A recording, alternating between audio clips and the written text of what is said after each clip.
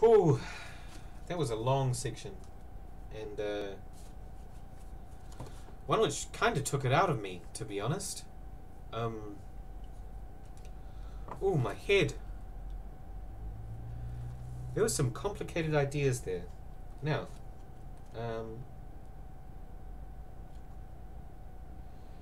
let's talk about the language that Stirner used in the first segment of this. To make it clear, the idea of Negroid, of Mongoloid, and of Caucasian stages of civilization were taken directly from Hegel. And in this, Stirner is skewering Hegel with his own concepts, his own words. He's playfully playing with Hegel's concepts of these stages of man.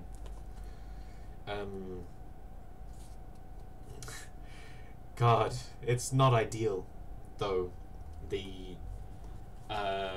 But in this, he's going back to his prior definitions of the stages of man. We have the ancients, what Stirner in the segment calls the Negroids. Oh my god. What Stirner calls the Negroids refers to a period of time, a period of life when philosophically we were concerned with the world.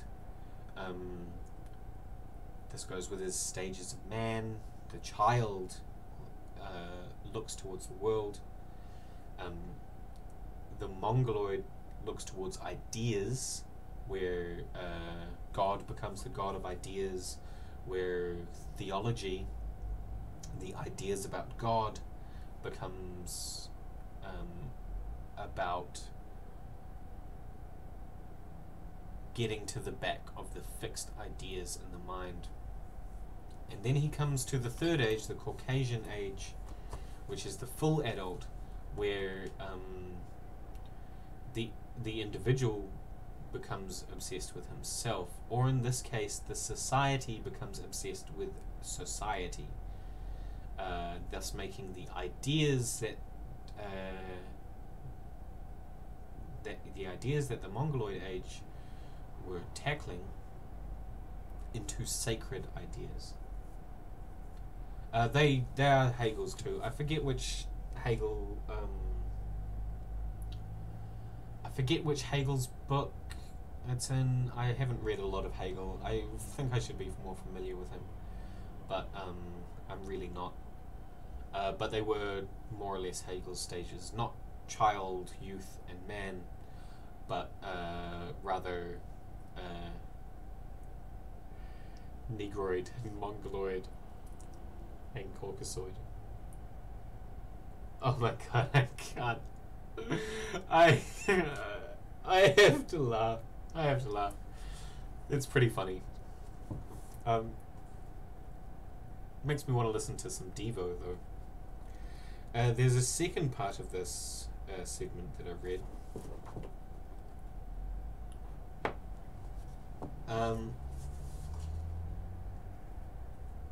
I don't really know. I presume the satire of that segment is using Hegel's concepts to back up Stirner's concepts, with which he's quite deeply disagreeing with Hegel, right? Like, Hegel had fixed ideas, I guess, that Stirner was skewering. I honestly don't know. That's a really good question, and something which I want to ask someone who's more read on Stirner than I am. I'd really like to hit up Wolfi Landstreicher about that question itself.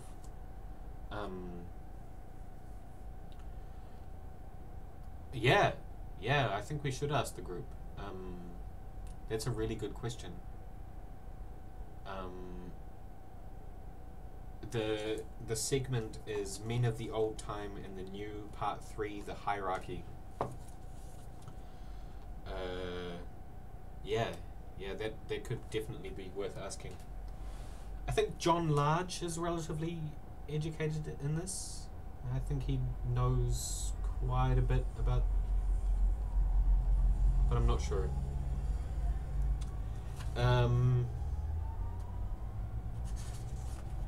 So that is the first segment of what I read.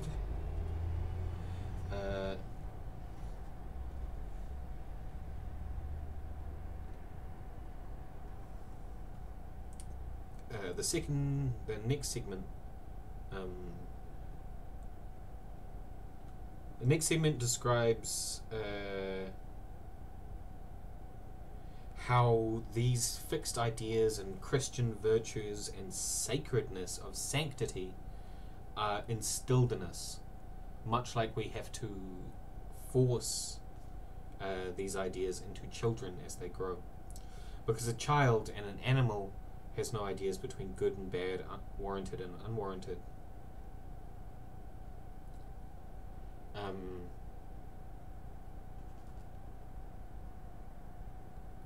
So in order to ensure that a child knows the difference between good and bad, you need to beat it into them, either with words or, like, this was the 19th century, or literally hitting them with the rods.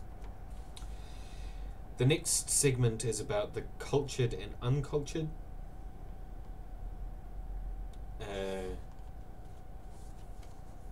And a deeper discussion on the meaning of hierarchy.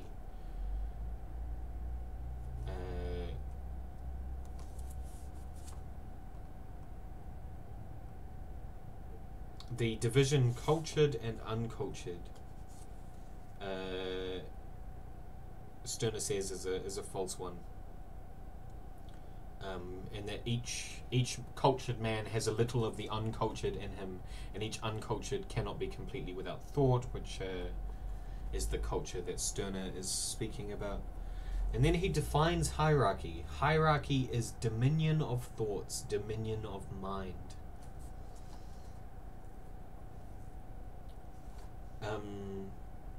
And in this segment, Stirner brings up that the clash between the cultured and uncultured is entirely Hegel's precept, that it is Hegel's cognition of thesis and antithesis, followed by synthesis, which is the difference between the cultured and the uncultured man.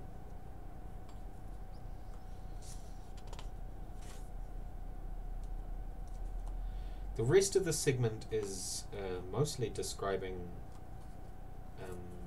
how we hold ideas above ourselves and the sort of ideas that are held above ourselves. And about how ideas are made sacred, and rather than dealing with any things in specific, dealing with any like specificities of things of the material world, instead we invent all these sacred ideas with which we cannot and must not avail ourselves against, due to the power of the state or the church or so on and so forth. He then describes how a thief becomes less than a man. He becomes a thief in the same way that the person who is stolen from becomes less than a man, becomes a robbed man, becomes an idea of a man, becomes an idea of a quality rather than the actual situation itself.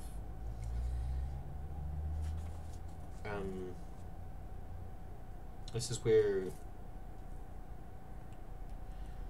is where Stirner uses his Greek, is the anthropon. It is not tous anthropons.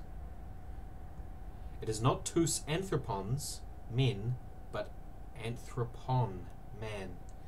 not multiple, but singular. And in singular, you stop thinking about individual men in the individual. You think about the ideal, the fixed idea of man, of mankind.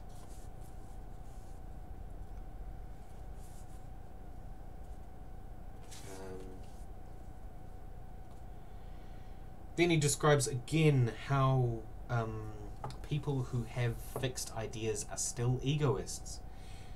In abasing yourself before something higher, you are following your own fixed idea of what it means to be higher, right? Like that even those who are possessed by these fixed ideas, they are unconscious egoists. It is only when you think that you desire for your desire's sake that you can become an egoist.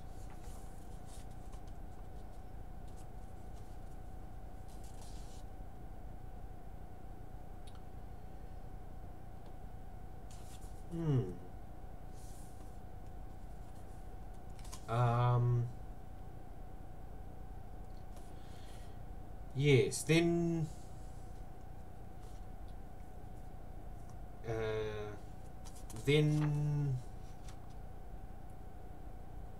Stirner describes how the Protestant Reformation finished the Middle Ages, and that how Protestantism has succeeded because it makes the man holy, it makes every man part of the clergy, whereas prior it was the church that was holy, it was the church that could bring divine nature, bring sanctity to the things under its control or under its purview.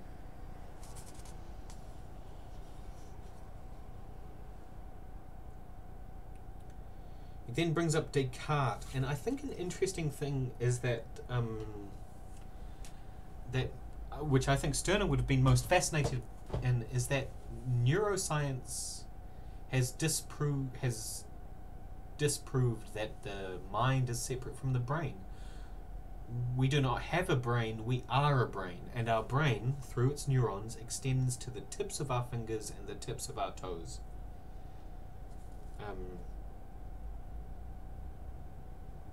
I think he would be fascinated by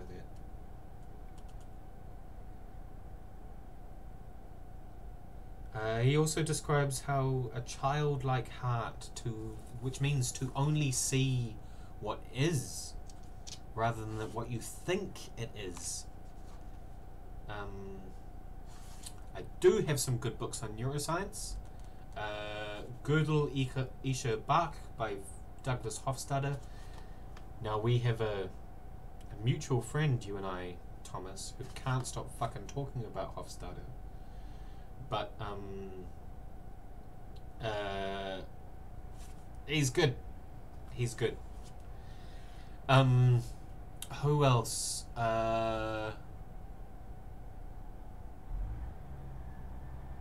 Basically anyone who Oliver Sacks cited in his works, as well as Oliver Sacks is pretty much always a good read himself. Yeah, what would Stirner do with modern science? I think he would agree to a certain extent what the postmodernists say about science being. He died when modern science was becoming codified. They still had something resembling the scientific method in the mid-19th century.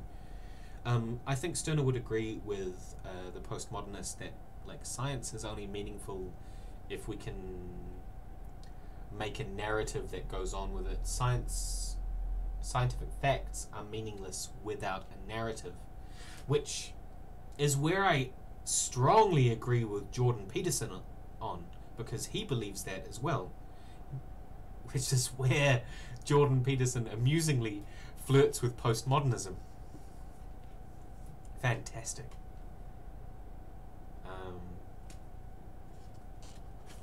But the childlike heart, where the philosopher sees only what is and objects within the material world,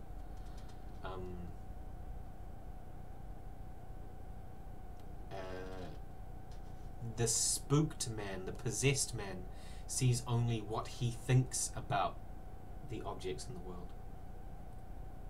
Oh yeah. I mean, it did die before Origin of the Species, and some really important. I mean, I broadly agree with you. It's just, some aspects, there were legitimate modern science being done in the 19th century. A lot of it related to industry, of course.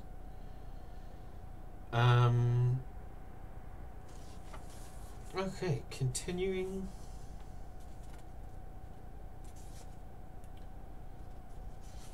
Most of the next segments are describing how things are made sacred, and about how things are made into fixed ideas. About how the family is a fixed idea, and loyalty to one's family is a fixed idea. So pretty heavily skewers Catholics here, basically saying that Catholics are not real Christians, and that Protestants have the correct Christians. Hi, Amun-Ra. I'm very well. I just finished reading a segment of Max Stirner's The Ego and His Own. If you want to watch my previous readings of this and read and hear my previous thoughts on the segments that I've read, you can find my YouTube channel in the description section.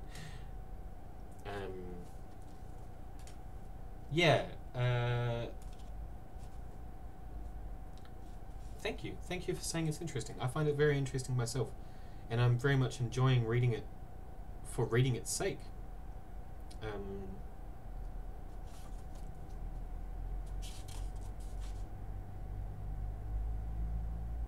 The next segment describes how the Protestant raises the man, lets the man become the clergy, lets the man define what is sacred, whereas previously the Catholic Church, only the church is sacred, only the clergy can define what sacred is. Which is not... I think that's opposed to Max Stirner's ethics, and is definitely like the core of the split between Protestantism and Catholicism.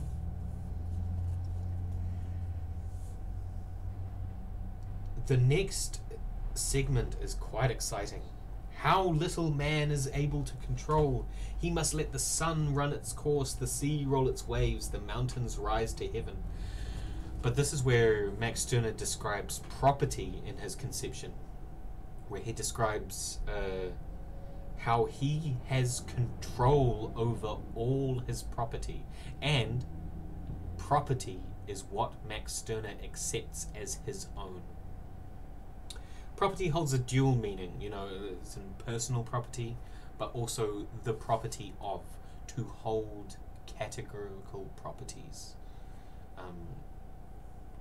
In that, I think it's kind of a difficult thing, because when a egoist, or when Stirner is talking about property, he is almost always using it in both senses. When I talk about property, I try and use it in both senses.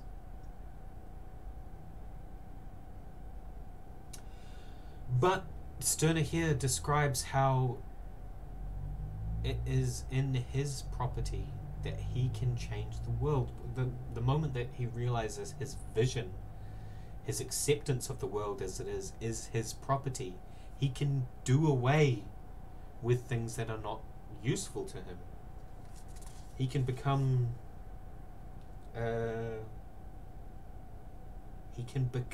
his own property, and the world his property. The first property, the first glory has been acquired. When I had exalted myself to be the owner of the world, egoism had won its first complete victory, had vanquished the world, had become worldless, and put the acquisitions of a long age under lock and key.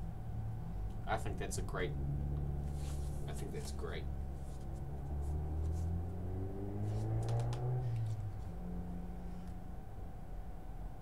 He also has this segment here. Liberalism simply brought other concepts on the carpet. Human instead of divine, political instead of ecclesiastical, scientific instead of doctrinal, or more generally real concepts and eternal laws instead of crude dogmas and precepts. Liberalism took the sacred from the church and applied the sacred to the political and ideological world of the people, of men, of the idea of man. In doing so, liberalism, and this is liberalism of the 19th century, has become mind and has made it so that mind, that ideas rule the world rather than physical states, rather than physical emperors whom previously rule more concretely than this fixed idea, this spook of the state, this phantasm of loyalty. And that brings us about to where we end. Thanks for sticking around, Thomas. I really do appreciate it. I do like it.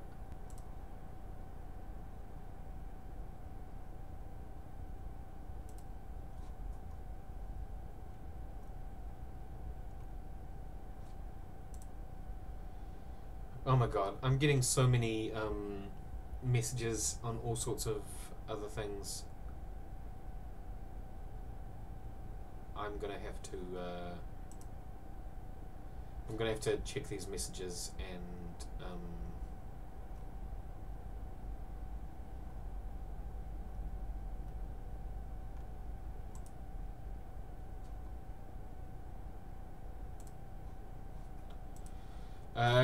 just gonna check out these messages, and then I might play some video games for a short while. I think that might be fun.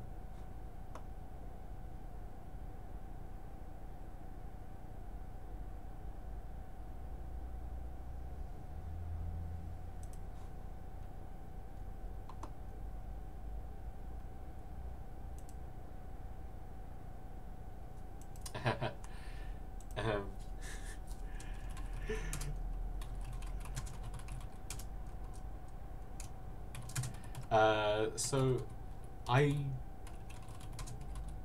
find it amusing to spoil things for people. Like, I don't think it's a big deal.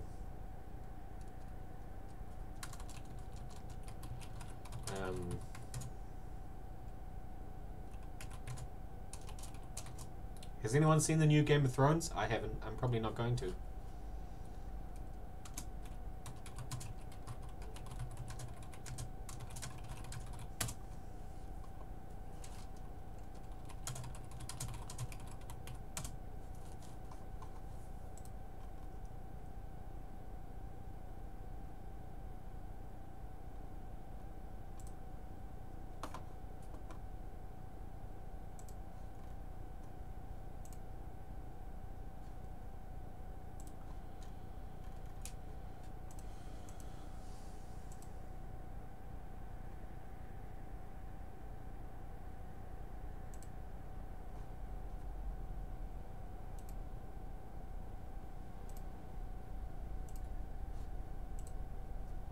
Um,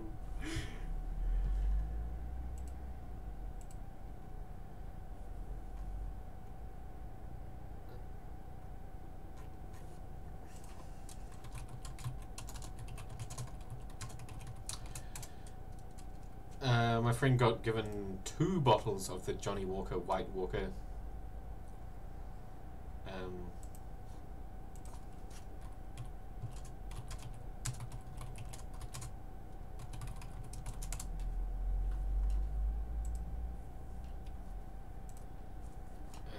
I don't know if it's a... Man.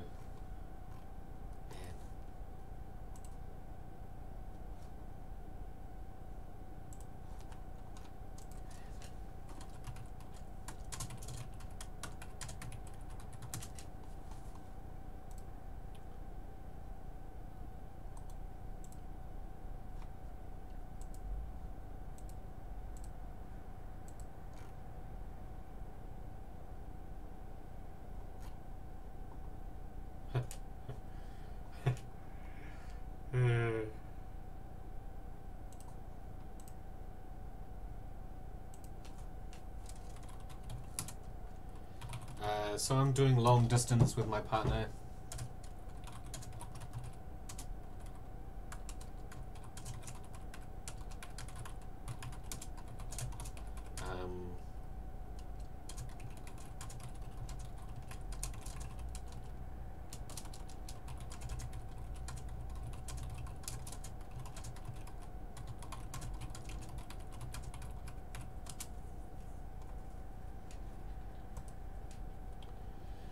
Yeah, I'm doing a long distance with my partner, and it's just not ideal.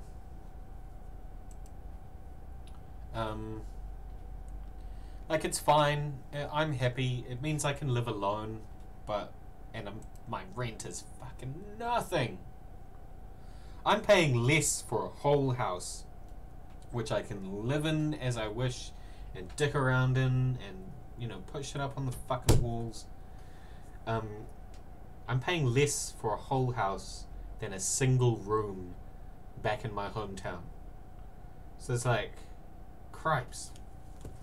Cheap as fuck.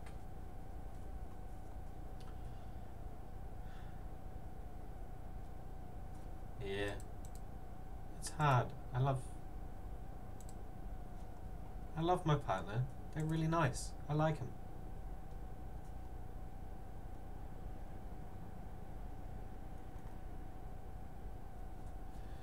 What game should I play? Thomas? What game should I play? I think...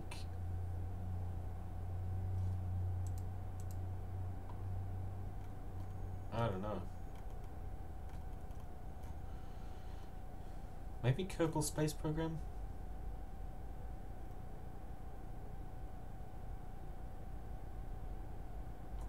Nope. You know what I'm playing? Binding of Isaac.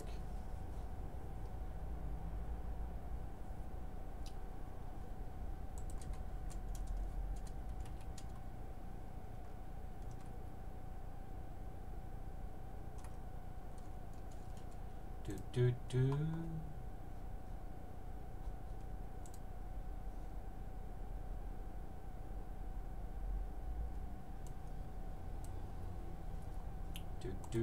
Do.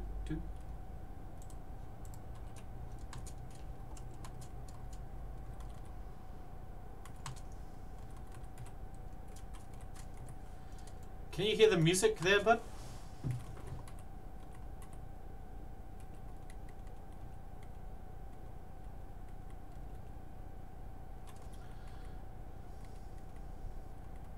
Okay.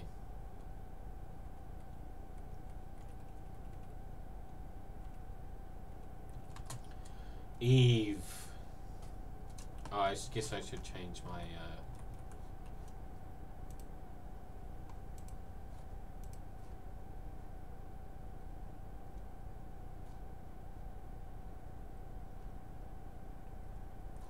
What am I doing? Oh yeah.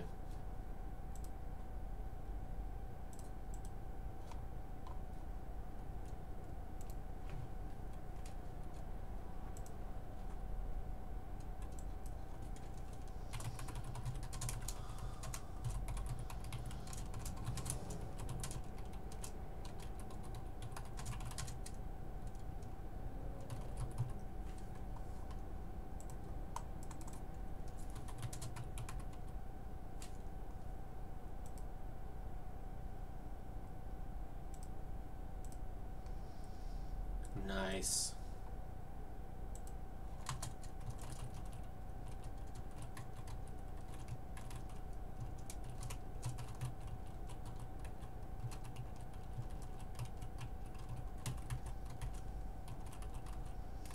Oops. Oh no.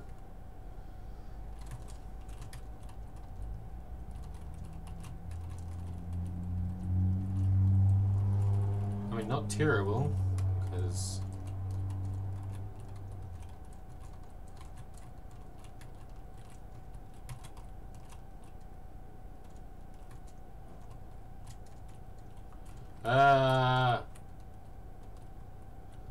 This is not what I wanted.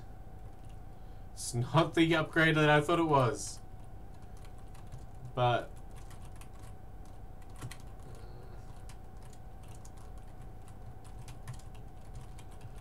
We can survive. We can deal with this. This is cool.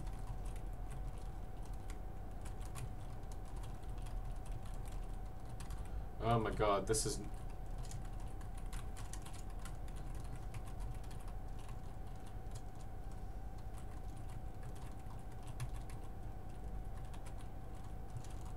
No!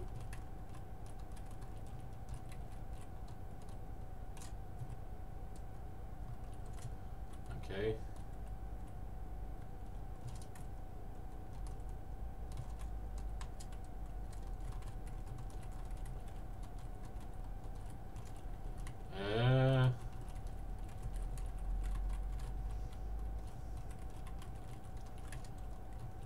Okay, well, this is pretty easy. That's useless! It's useless to me!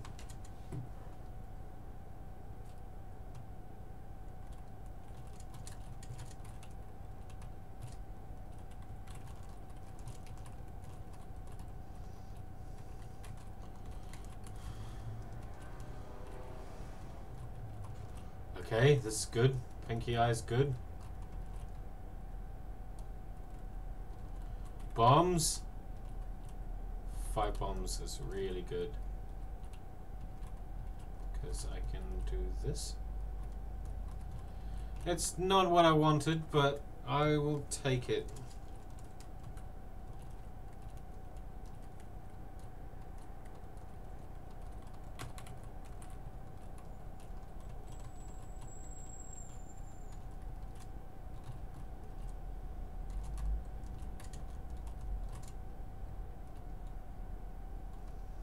I don't want to go into the double room. I really don't.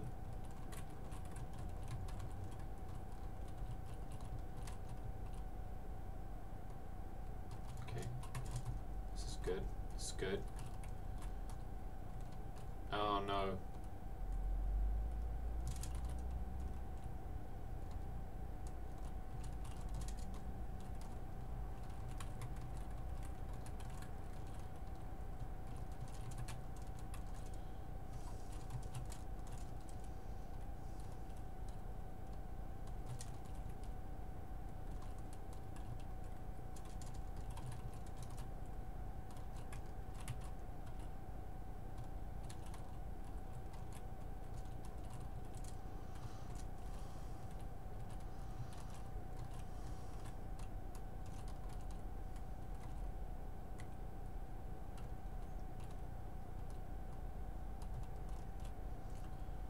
I really want to go to the devil room.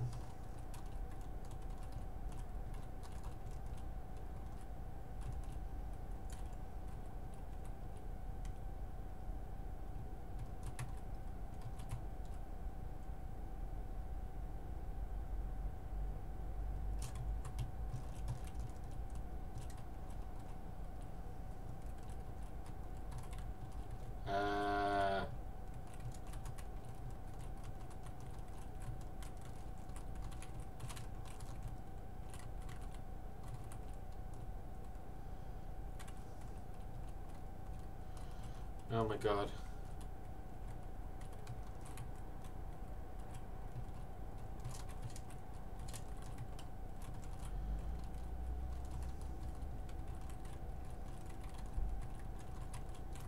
Oh, this directed tears driving me mental! Ah! Oh dear.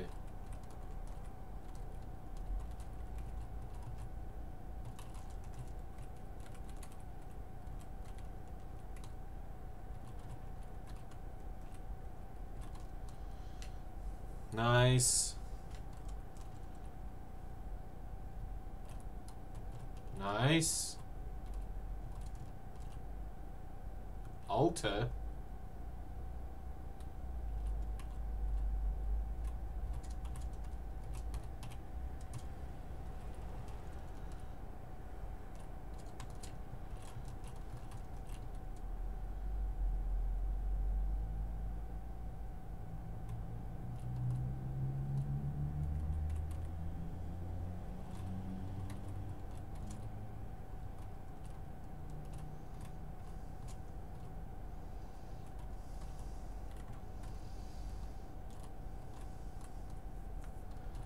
Ooh.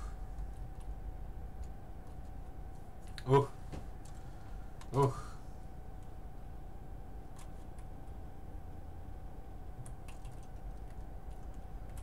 Now, I am probably going to die this.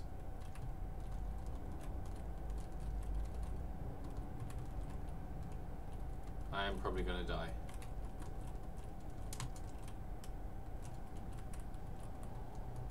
Unless I find a source of repeatable health.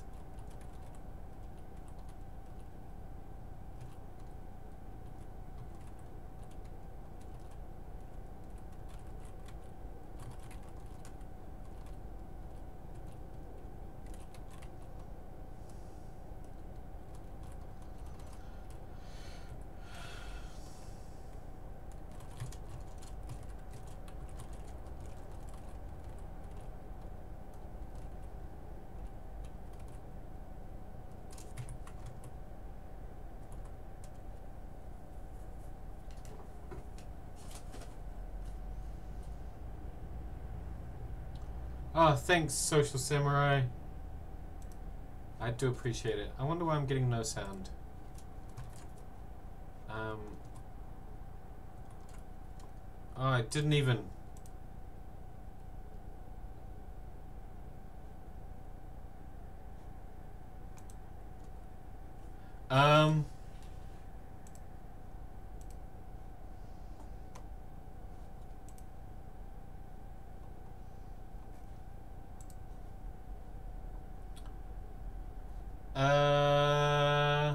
Yeah, no, it seems to be...